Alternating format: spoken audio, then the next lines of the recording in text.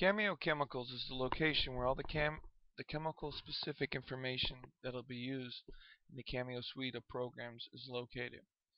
It allows for determining hazard effects for chemicals.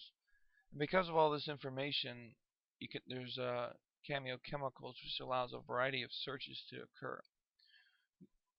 Looking at the screen, you have the buttons on the top. You can search chemicals, or we can do the help function. We can also go to help over here. This allows you to go through and highlight information that you want. Anything that's blue is a hyperlink, and you can also go on the left hand side and find chemical identifiers, physical properties, information on the NFPA 704 diamond.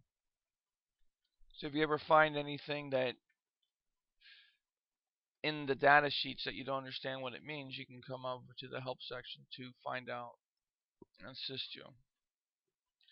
Basic way of searching is either you type in the name, a CAS number, or a UNID number. In this case, we're going to go ahead and type in chlorine. Just click on search. What it'll find is anything that has chlorine in its name. We have basic chlorine, and as you can see, it has a variety of chemicals that is also known as UNID number, which as you see is the same as 1017. And then other chemicals that also have chlorine listed in them. We're going to want to look at specifically chlorine. The NFPA diamond is up on the top right. It's also listed here with what each of the numbers identifies it as. You can find the UNID number, the CAS number, DOT hazard labels, which is the same as placarding.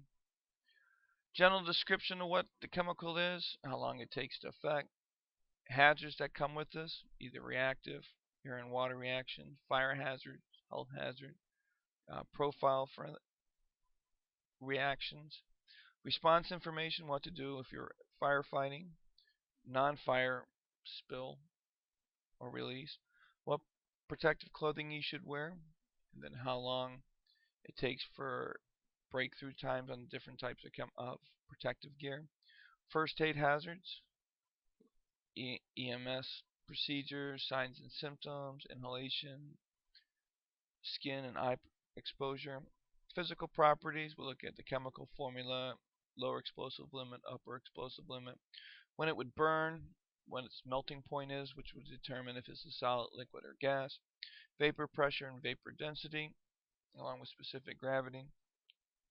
This will tell you how rapidly it wants to become a gas, and also if the gas will rise or fall, and specific gravity will tell you if it's a liquid, if it will rise and fall in water. Ideal age information, regulatory, in this case it is regulated by Circula with a reportable quantity of 10 pounds, and it's an extremely hazardous substance that has to be reported when you have 10 pounds, and a threshold planning quantity of 100 pounds. And then it's also known as a variety of other chemicals. Since it had a UNID number, you can click it. Once again, it's a hyperlink. And what you come to is the ERG book, which is the same as what you would have on your apparatus. On the top right, we have the placards that would be shown. The AXER hazard tables, in this case, not just a 2, but it's a 2.3, poisonous gas, corrosive metal, class 8, and inhalation hazard zone B. Also shows you initial isolation protected distances, which is in the back of your ERG book.